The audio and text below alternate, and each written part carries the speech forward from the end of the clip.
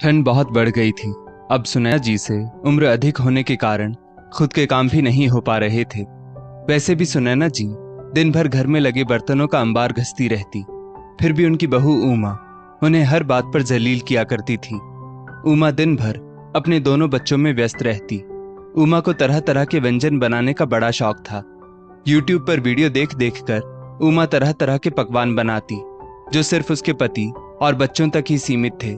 कभी सुनैना जी को तो चखने तक का आग्रह ना करती। बेचारी सुनैना जी के हिस्से तो सिर्फ बर्तन आते।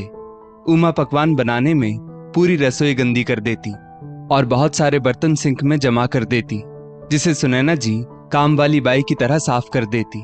मगर अब ठंड में सुनैना जी से भी ज्यादा काम नहीं हो पा रहा था। आज रात इतने सारे बर्तन मांजकर सुनैना जी कांप उठी थी, क्योंकि असहनीय ठंड पड़ रही थी। सुबह सुनैना जी ने उठकर अपनी चाय बनाई और मन ही मन बुदबुदाई, आज कैसे अपने कपड़े धोऊंगी और कैसे बर्तन करूंगी। थोड़ी देर बाद उन्होंने देखा कि बहू उमा सभी के कपड़े वॉशिंग मशीन से निकाल रही थी। उसने सभी के कपड़े मशीन में धोने के लिए डाले थे। सुनैना जी ये देखकर बोली, बहू तुम सभी के कपड़े मशीन में धो रही हो तो मेरे कपड़े भी मशीन में धो देती। मशीन में कपड़े अच्छे से धुल जाते और ठंड भी अब असहनीय हो गई है। ठंड में मेरे हाथ भी सूज जाते हैं। सुनैना जी के मुंह से अभी इतना निकला ही था कि उमा गुस्से में लाल हो गई। बुढ़िया, तेरी ये मजाल कि तू मुझे अपने कपड़े धोने को बोलेगी? मैं तेरी नौकर हूं क्या? इतने में उमा अपनी सास सुनैना जी के बाल पकड़कर जोर से खींचकर उन्हें धक्का दे देती है। सुनैना जी का सिर दीवार से जा टकराया और वो दर्द से कराहती हुई जैसे तैसे दीवार का सहारा लेकर अपने कमरे में चली गई और अपने बिस्तर पर बदहवास होकर गिर पड़ी। बिस्तर पर पड़े पड़े कब उनकी आंख लग गई उन्हें पता ही ना चला।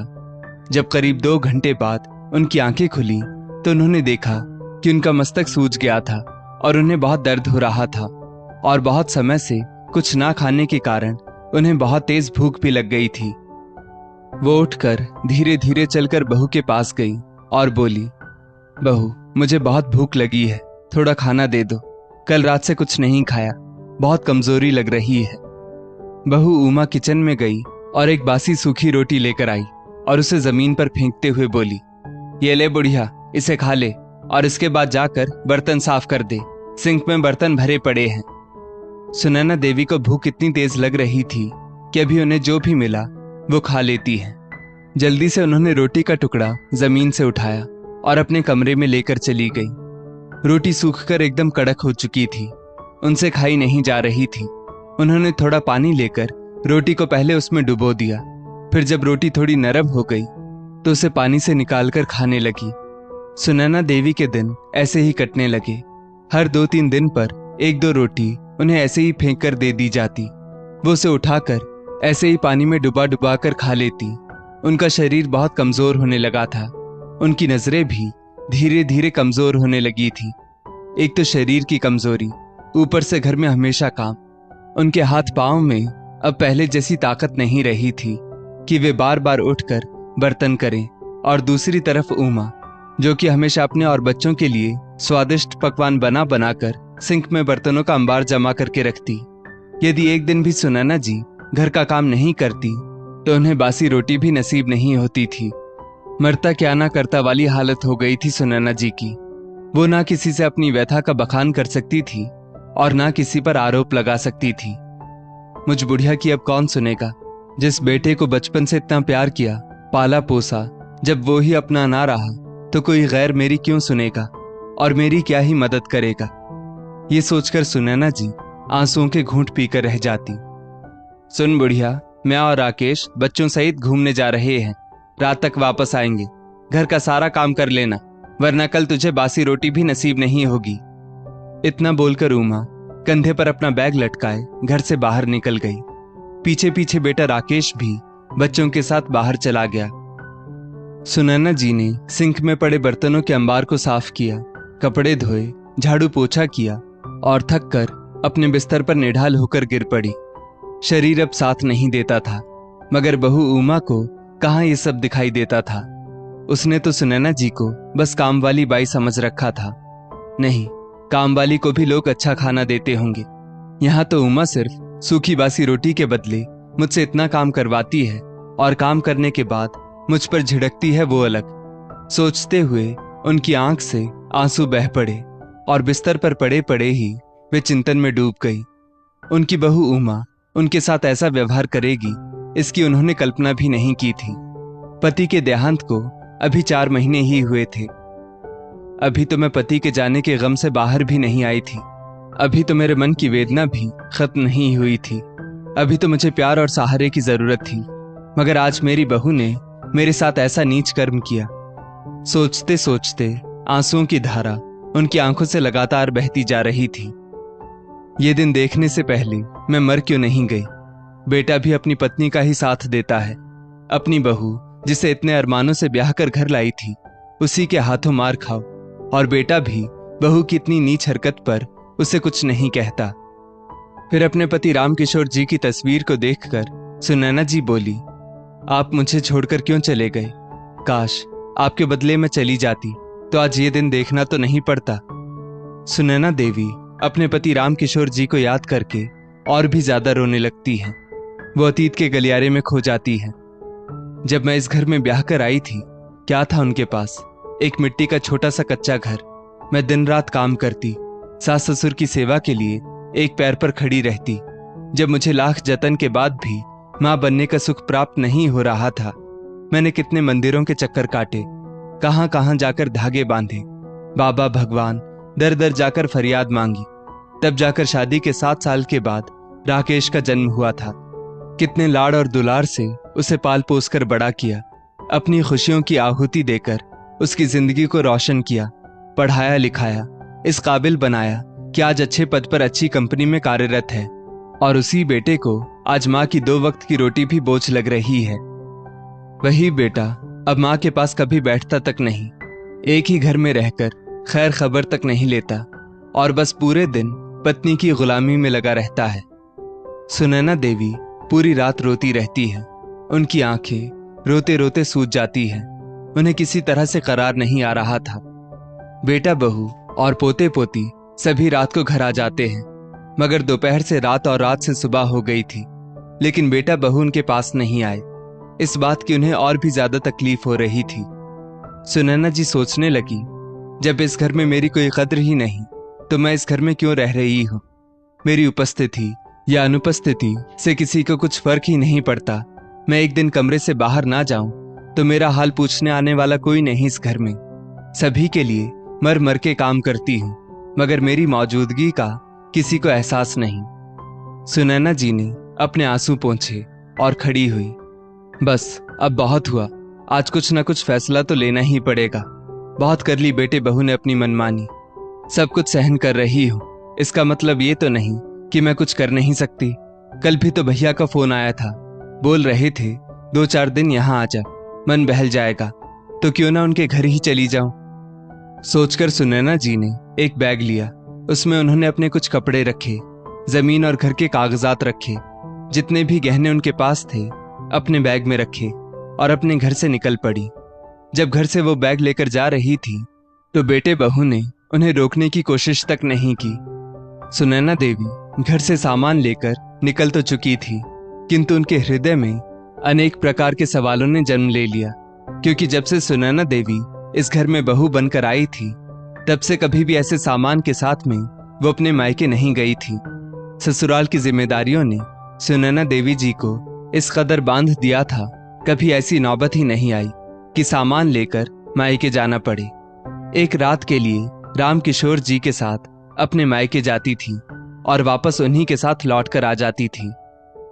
जब सुनैना जी की माँ जिंदा थी, वो भी बेटी के मायके ना रुकने के कारण खफा हो जाती थी, मगर सुनैना जी जब घर और ससुराल की जिम्मेदारियों का पिटारा खोलकर माँ के सामने बताती तो माँ कहती, मेरी बेटी अपने ससुराल की इतनी फिक्र करती है, मेरे लिए यही काफी है। देखना, तुझे भी तेरे जैसी ही बहू मिलेगी एक दिन। तूने ससुराल वालों के लिए इतने त्याग किए हैं तो कहीं ना कहीं तुझे भी तो इसके अच्छे परिणाम मिलेंगे। ये सोचकर सुनैना जी की फिर आंखें भर आई और वे मन ही मन बोली, ना जाने कौन से जन्म के कर्म नड़ रहे हैं जो ऐसी बहू मिली है जो बिल्कुल भी इज्जत नहीं देती। सुनैना जी का मन विचारों में लगा ही हुआ था और हृदय में ये दुविधा भी थी। कल भाई को फोन पर साफ साफ मायके आने से वो इनकार भी कर चुकी थी, मगर बेटे बहू का ऐसा रवैया अब बहुत खलने लगा था और अब उनकी सहन करने की शक्ति भी खत्म हो चुकी थी। मन में बहुत दुविधा चल रही थी, किंतु भाई के पास जाना भी था। सुनैना जी ने बहुत साहस के साथ भाई के घर में कदम रखा। भाई ने दरवाजा खोला। उनके भाई दीनदयाल जी, जो पेशे से वकील थे, उन्होंने सुनैना जी को देखा तो चौंक गए, क्योंकि कल जब उन्होंने सुनैना से घर आने का आग्रह किया था तब सुनैना ने ना कह दिया था। और सुनैना, जो कभी ऐसे बैग लेकर मायके रहने नहीं आई थी, आज कैसे आ गई? दीनदयाल जी चौंकते हुए बोले, तुम अकेली आई हो, साथ में बेटा नहीं आया? सब कुशल मंगल तो है ना बहन? तभी भाभी भी अंदर से आई और अपनी ननद को देखकर प्रसन्न हो गई। अरे दीदी, आप, कितना अच्छा लग रहा है आपको देखकर। दीदी अंदर आइए, आप तो वहीं खड़ी हो गई है। हाँ हाँ दीदी, अंदर आओ, दीनदयाल जी बोले। सुनैना जी ने अपना सामान एक तरफ रखा और वहीं सोफे पर बैठ गई। भाभी ने सुनैना देवी को पानी पिलाया, फिर उनके लिए खाना लेने चली गई। सुनैना जी के चेहरे पर परेशानी का साया था, जो कि साफ साफ दिखाई पड़ रहा था। भाई ने पूछा, सुनैना क्या बात है? मैंने तुम्हें कभी ऐसे आते हुए नहीं देखा, और ना ही कभी तुम इतने सामान के साथ आई हो। सब कुशल मंगल तो है ना? कोई बात तो नहीं है ना? सुनैना जी के भाई दीनदयाल जी ने विचार पूर्वक प्रश्न किया। नहीं नहीं भाई, ऐसी कोई बात नहीं है। तुम तो जानते हो, रामकिशोर जी के जाने के बाद मैं किसी तरह से संभली हूं। उनके रहते किसी भी दिन घर में मायूसी नहीं रही। जब देखो कुछ ना कुछ करते ही रहते थे तो मन लगा रहता था, किंतु अब तो जैसे घर में मातम पसरा रहने लगा है। किसी काम में मन नहीं लगता है। काम तो सारे हो जाते हैं, किंतु वो बात नहीं जो रामकिशोर जी के रहते थी। इसलिए कुछ दिन यहां रहने आई हूं। सुनैना जी ने दुखी मन से उत्तर दिया। हाँ बहन, अच्छा किया, तुम्हारा ही घर है, जितने दिन रहना है रहो, दीनदयाल जी बोले। तभी भाभी खाना लेकर आ जाती है। सुनैना जी भोजन करती है, फिर अपना सामान उठाकर कमरे में चली जाती है। सामान रखकर बिस्तर पर बैठ जाती है। कुछ देर वो ख्यालों में डूबी रही, फिर बिस्तर पर लेट गई। सुनैना देवी को अपनी बहू का व्यवहार बार बार सामने आकर सता रहा था। वो उस दृश्य को भूलना चाहती थी, किंतु रह रहकर उन्हें याद आ ही जाता वो दृश्य। सुनैना देवी के हृदय पर सैकड़ों वार कर डाले थे उस दृश्य ने। कैसे वो फिर से उस घर में जाएंगी जहां उनकी कोई इज्जत ही नहीं। वो किसी से कुछ नहीं कहती, बस अंदर ही अंदर घुट रही थी। आंखों से आंसू भी बहने लगते तो साफ कर देती थी। रात की नींद भी उड़ गई थी। वो जबरदस्ती आंखें बंद करती, फिर खोल लेती। फिर कहीं जाकर आधी रात में उन्हें नींद आई। अगली सुबह उठकर नाश्ता करके सुनैना जी ने सोचा कि आज शायद बेटा बहू पोता पोती कोई तो आएगा मुझे लेने। वो प्रतीक्षा में थी कि कोई आएगा तो चली जाऊंगी। आखिर भाई के घर भी तो बोझ नहीं बन सकती। भाभी क्या सोचेंगी? सुनैना जी दरवाजे की ओर देखती रही। देखते देखते शाम का समय आ गया। सुनैना जी दरवाजे की ओर देखती, फिर कुछ सोचकर रह जाती। रात का भोजन करके वो फिर से अपने बिस्तर पर लेट गई और सोच में डूब गई। इन्हीं सब ख्यालों में उनकी आंख लग गई। सुबह सवेरे जब वो जागी तो उन्होंने सोचा, आज मैं वापस चली जाऊंगी। ऐसे ही 15 दिन बीत चुके थे। बेटा बहू तो यही सोच रहे थे। बुढ़िया गई बला टली। बुढ़िया जाएगी कहाँ? अपने भाई के घर जाकर बैठी होगी। कुछ दिन बाद खुद ही लौटकर वापस आ जाएगी। और रही बात जायदाद की, तो माँ है हमारी, लेकर कहाँ जाएंगी? सब हमारा ही तो है, हमारा हमारे नाम ही करेंगी। उधर सुनैना जी के भाई दीनदयाल जी को उनके लिए चिंता सताने लगी। दीनदयाल जी ने अपनी पत्नी से भी इस बारे में बात की। भाभी भी चिंता व्यक्त करने लगी। दीनदयाल जी बहुत ही सज्जन व्यक्ति थे। एक दिन उन्होंने सुनैना जी से पूछा, आखिर बात क्या है? अपने भाई को नहीं बताओगी तो फिर मैं तुम्हारी परेशानी कैसे दूर करूंगा? मुझे पता है जरूर अंदर ही अंदर तुम घुट रही हो। सुनैना देवी अपने भाई के कंधे पर सिर रखकर रोने लग गई और उन्हें सारी बात बताई। दीनदयाल जी ने अपनी बहन को सांत्वना देते हुए कहा, जब तेरा भाई जिंदा है तो तू किस बात की फिक्र करती है? भाई ने सुनैना देवी को ढांढस बंधाया। सुनैना देवी ने घर और जमीन के कागजात अपने भाई को दिखाए। कुछ दिन बाद भाई ने घर और जमीन बेचने की कागजी कार्रवाई पूरी करवाई। घर और जमीन किसी बिल्डर को बेच दी जहां पर वो फ्लैट बनवाने वाले थे। घर और जमीन बेचकर जो पैसे आए उससे उन्होंने अपने घर के पास ही एक छोटा सा घर सुनैना देवी के नाम से खरीद लिया और बाकी के पैसे बैंक में सुनैना देवी के नाम से जमा करवा दिए। उनके मरने के बाद वो पैसे पास के एक वृद्ध आश्रम को दे दिए जाएंगे। बेटे बहू को कोर्ट की तरफ से घर खाली करने का नोटिस भिजवा दिया गया। नोटिस मिलते ही बेटे बहू के पैर के नीचे की जमीन खिसक गई। उनके चेहरे की हवाइयां उड़ गई। भागते भागते बेटा बहू अपनी माँ के पास पहुंचे। आखिरकार माँ के पैरों में गिर गए। माँ, हमें माफ कर दीजिए, हमारे साथ ऐसा मत करिए। अब हमसे आगे कभी ऐसी गलती नहीं होगी। चलिए हम सब मिलकर एक साथ रहेंगे। बहू उमा भी सुनैना देवी के पैरों में गिरकर माफी मांगने लगती है। माँ जी, मुझे माफ कर दीजिए, मैं आपकी खूब सेवा करूंगी।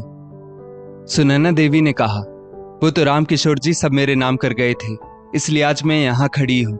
नहीं तो तुम लोगों ने तो मुझे जीते जी मार ही डाला था। तुम लोगों ने जब मेरी सुध ना ली तो अब मैं तुम्हारी क्यों सुनूं? एक माँ तुम्हें क्षमा भी कर दे, लेकिन ये एक विधवा बूढ़ी औरत तुम्हें क्षमा नहीं करेगी। तुम लोगों ने इतने दुख दर्द दिए, इतने घाव दिए हैं कि ये मोम जैसा दिल पत्थर बन चुका है। जो दर्द मैं सह चुकी हूँ उसका बदला तुम कभी भी नहीं उतार सकते, इसलिए तुम्हारी यही सजा है। अब कहीं भी जाकर रहो। अब आगे की जिंदगी मुझे सुख शांति और चैन से जीनी है। इतना कहकर सुनैना देवी अपने घर में चली गई। ये सुनैना जी का अंतिम फैसला था। बेटा बहू मुंह लटकाए खड़े के खड़े उन्हें देखते रह गए। दोस्तों, इस स्टोरी को लेकर आपकी क्या राय है? नीचे कमेंट करके जरूर बताइएगा और ऐसी ही और भी बेहतरीन वीडियोस के लिए हमारा पेज जरूर फॉलो करें। धन्यवाद।